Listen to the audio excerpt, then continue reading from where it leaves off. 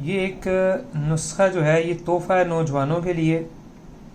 बाकी इसको 20-25 साल, 30 साल, 18 साल, 35 साल तकरीबन हर उम्र के अफराद इस्तेमाल कर सकते हैं। चीज़ों की अच्छी तरह पहचान कर ले। बाकी इसके मुकम्मल फ़वाइद और कितना कितना इसका आपने वज़न लेना है, ठीक है जी। और वो सारी चीज़ें आपको वीडियो के एंड में एक तस्वीर के अंदर मिल जाएगी, उनको आप पढ़ लें और उसके मुताबिक इसको बना के आप इस्तेमाल करिएगा। तो हर तरह की बेहतरीन जो है वो आपकी ताकतें आपको देगा। और अल्हम्दुलिल्लाह ये मेरा आज़मूदा है कई सालों से, वो नुस्खा दे रहा हूँ जो मेरा आज़मूदा है कई सालों से।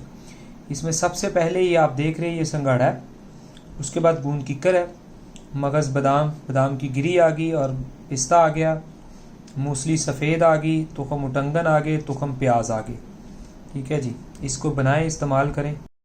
तमाम ओवरसीज जो है आउट ऑफ कंट्री के लोग जो है, मुल्क से बाहर वाले लोग जो है, ठीक है जी, कोई भी मेडिसिन दवाई मंगवाना चाहें तो उससे पहले आप हमें वीडियो कॉल जरूर किया करें ताकि हर तरह की दो नंबरी और धोखे फ्रॉड से बचा जा सके।